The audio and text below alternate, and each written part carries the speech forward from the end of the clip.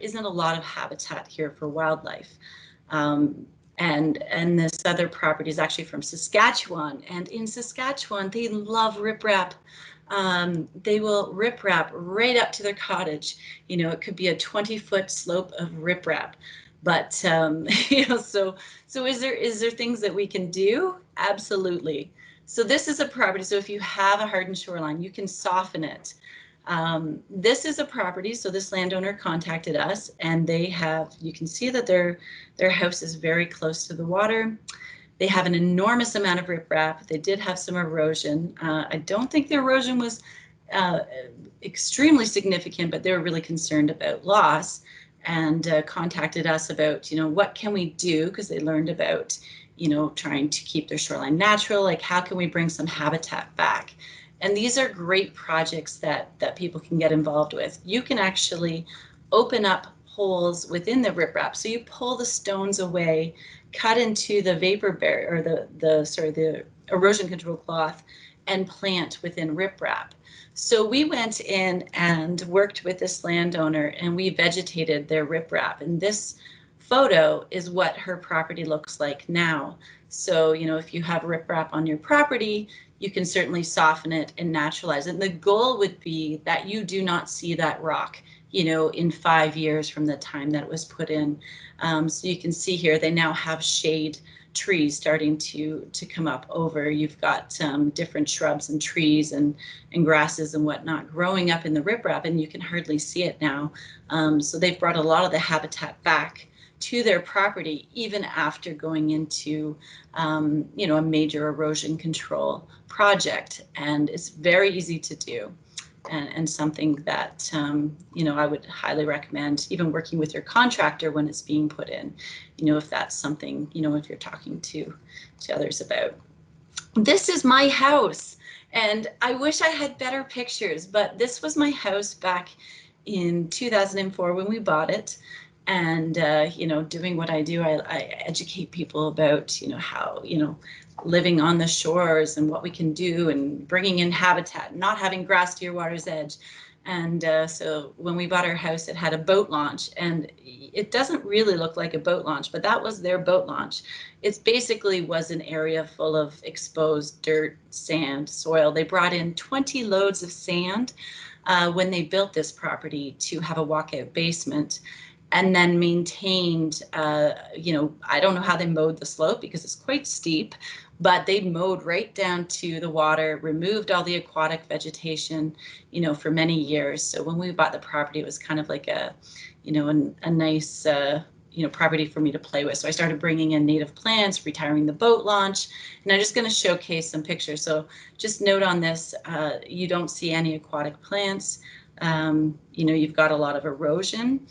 And just using plant material and time, this is our property now. So, you know, we still have access to the water. We have fantastic swimming. We, you know, the kids, they get out.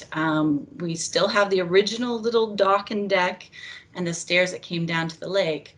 We retired the boat launch and put in, you know, a bunch of native trees and shrubs, and just stopped mowing.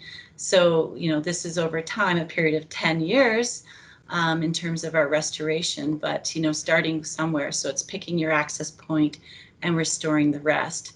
This is kind of our sitting area, so you can see the aquatic plants. You know, we still have the same deck. We bought the house with these stairs and with this little deck area, and it's still there. So that's how we access the water. And, you know, I can say, you know, we're not missing anything, but we do have an immense amount of wildlife. You know, the frogs, the turtles, you name it, they come to our shoreline, and, you know, it's fantastic. So, you know, we're kind of borrowing a piece of nature, you know, and doing our part in terms of protecting the water quality on our lake. We are in a very shallow bay that's very susceptible. So this is kind of looking down. When these stairs were, when we first bought our house here, and the stairs, we had a lot of erosion, you know, and just by planting native vegetation, you know, we dealt with the erosion. And also it is so much cooler. The temperature drop, you know, when we get down to our shore with all of the trees and the shrubs and the shade is quite significant from, you know, when we first bought the property in terms of temperature too. And this is, looking at logs, as a tree falls down, in different habitats, you can certainly, work to put habitat back in our waters. So we do a number of projects with different partners where we sink woody debris, so brush bundles, and it's great projects. If you get a volunteers and whatnot, you have to be careful where you have flow, like a river. You don't want to, obviously deal with the boating issues and whatnot, but you can bring habitat back in terms of logs and whatnot. And so these little guys are just out front of our property on our lake and constantly, being used. So I just want to talk about a few of our programs or resources that might be able to help you if you're interested. So we've built a native database, a native plant database for shorelines. And, anybody can go in online and look at various native plants that might be appropriate for your shoreline based on the ecozone, so based on where you live. Looking at how tall they are, whether they need, different soil environments, sun, et cetera, et cetera. So that is one resource. And we also have downloadable information on our website. How do you create shoreline habitats? So we have a manual, shoreline habitat creation manual. And then looking at, once you've planted your shoreline, how do you take care of that newly planted vegetation? And our Natural Edge program. So we're hoping, if we get funds, to be able to bring this program, to your region, to the St. Lawrence, working with various people. So we are working to find, more funding. We hope to pilot a few sites this year, regardless of whether we get funding or not. But we do have a Natural Edge program that we've been running for a number of years and have planted over 60,000 native plants with various partners here in Ontario, and we're hoping to kind of give this program to partners across Canada so that they can go out and naturalize shorelines. So we built an app because we were starting to work with landowners and looking at giving them planting plans. So we come out, we do a site visit with you and develop a planting plan, for your property. Or whether it's a community-owned property, to look at demonstration sites. And we were doing it by hand, drawing it out or trying to do it in a Word document. And we were able to get an app funded, which is fantastic. So if you know Kat from Water Rangers, her company actually helped us to develop this app. So it's quite amazing. And so we now have software where we can work with property owners with an Apple tablet.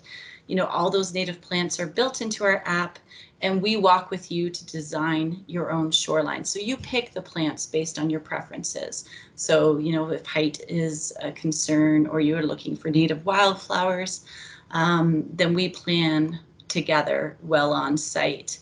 And then you end up with a planting plan. And I didn't put an example in this presentation, but just, we talk about obviously soils, access, sunlight, all of that, and availability of plants.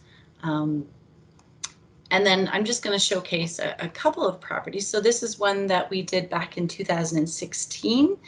So it's a fairly large property, and we worked with the landowners to put a plan together. And from 2016, we planted it in the spring. Well, I can't remember. Anyways, either fall of 2016 or spring of 2017. But in 2020, this is what it looks like. So there are, it's absolutely beautiful in terms of, the wildlife that has come back. So the landowners have reported, the butterflies and the wildlife, and just how beautiful the property is. And they're also very susceptible to flooding. They are on a river, and we're really concerned about erosion. So this is, kind of looking 3 years later. Yes, there's a lot of grasses and a lot of things popping up because they did the no-mow. But, it's really incredible what you can do with nature in terms of bringing back some of these shoreline plants, and also working, to bring in landscaping elements as well. So if you're interested in kind of the wildflowers and the pretty colors and different things like that, there's a lot of beautiful native plants that we work with. And here's another property. So Michael, he bought a property. It had grass to the water's edge, and he started learning, from his daughter, who was off in university, about the aquatic environment and how we should be managing our shorelands. And so it was his daughter that first talked to him about it, and we connected with him. And he said, plant the whole thing. I just want to plant the entire thing. I mean, he barely kept an access point, and it's really quite amazing. So he now tells us stories, and we have a recording of him speaking at one of our Lake Links conferences.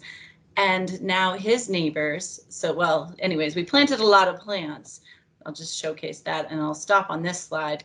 It's not the best picture. I need to go back and get a better picture, but he literally planted it all except for one pathway down. But what he tells, the stories that he tells now, are how his neighbors, who thought he was crazy, absolutely crazy, for planting all those ugly plants. Like, what are you doing? You're wrecking your property. Where are you going to play? Now the neighbor who said all that, his grandchildren don't want to play at his house because there's nothing. There's no frogs to catch. They don't have any snakes and turtles. And they all come over to Michael's place, and that's where they hang out in the water. So, kind of same thing with my kids is, raising them to pick up the frogs and the snakes and, all of that, because we have a lot of aquatic plants down, at our lake, and therefore we have a lot of life. And so it's kind of looking at those stories, but I'll leave it at that formally for the presentation, but happy to discuss or answer any questions that you might have. Thank you. Barbara, thank you so much. Yeah, there's a question in the chat from Norman Peters, and he's asking, we have local erosion on our island that have sandy soils and caused by the pleasure boat's wake. Do you have any natural methods you have tried to stop erosion, like a wicker fence? And just so you know, Norm put that in the chat early on in your talk. So you provided some examples which maybe address the question, but maybe you'd like to add to that. Yeah, I mean, when you're dealing with boat wakes and rivers and ice and things like that, we do like to, talk to, sometimes you need an engineer involved in it. We've done a lot of work. I used to carry out some environmental consulting using some bioengineering. So the coconut fiber logs. So we've done some experiments with them to temporarily stop some of the erosion while we planted. So there's a lot of different things that you can try. But sometimes, so I would bring in, some advice from somebody who has an engineering background, because I don't know what kind of water you've got, and you're right, with sandy soils. My property, it took a long time for it for the vegetation to take, because the soils were terrible.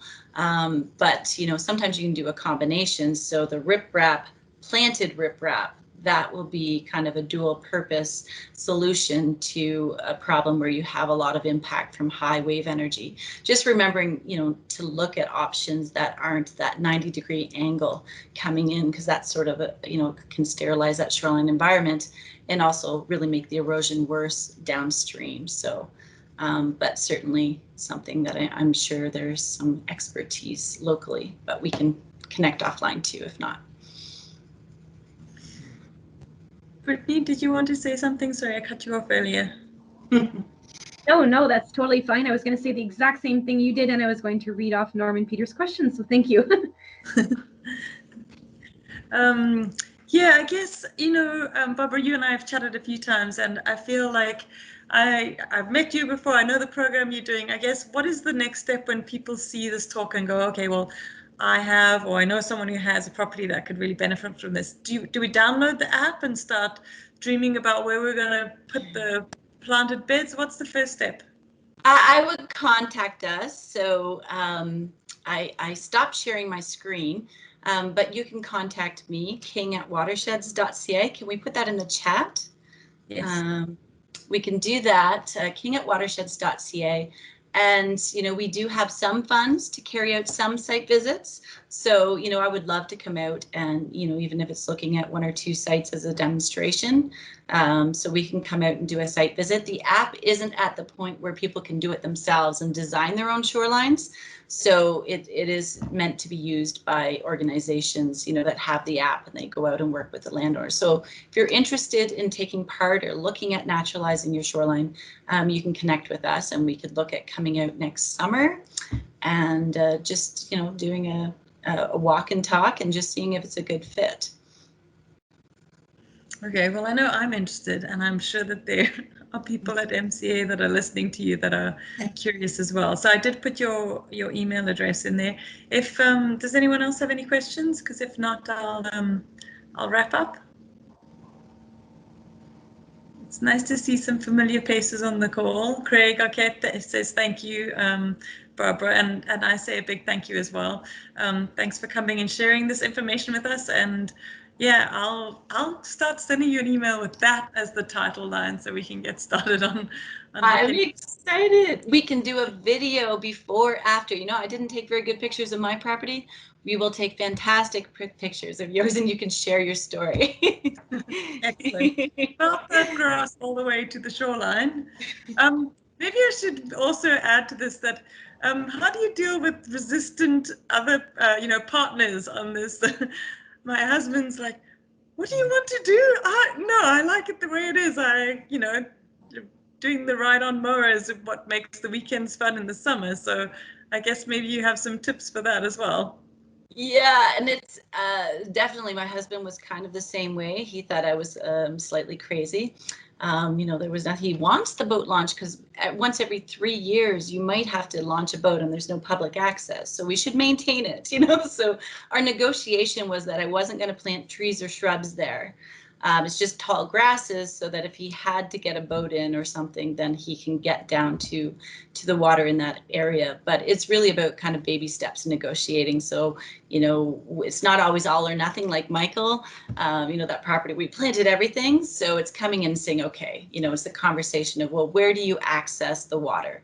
Well, this is the area that you swim and you go down. Are you using these other areas over here? Could we start, with a bit of a project over in this area? So not kind of being black and white, all or nothing, starting small and then increasing, the size of the buffer as you get that buy-in. But yeah, okay. It's definitely, challenging. And like the neighbor of Michael, then he's like, well, maybe I should be restoring my shoreline. So sometimes it's looking at and just learning, kind of about what other people have done and why.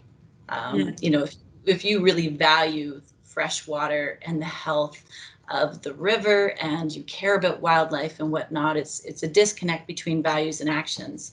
And that's sort of the barrier, I think, right now. Yeah, I also know that I'm on a stretch of the St. Lawrence River where I think when, Raisin Region puts out their data, I'm in this red zone of terrible hardening. So a couple of examples of a bit of a softer approach would be good. Yeah, absolutely.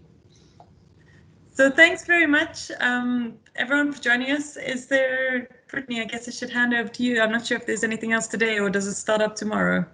No, I think that is it for today. Just give me a moment here. I'll pull up the schedule.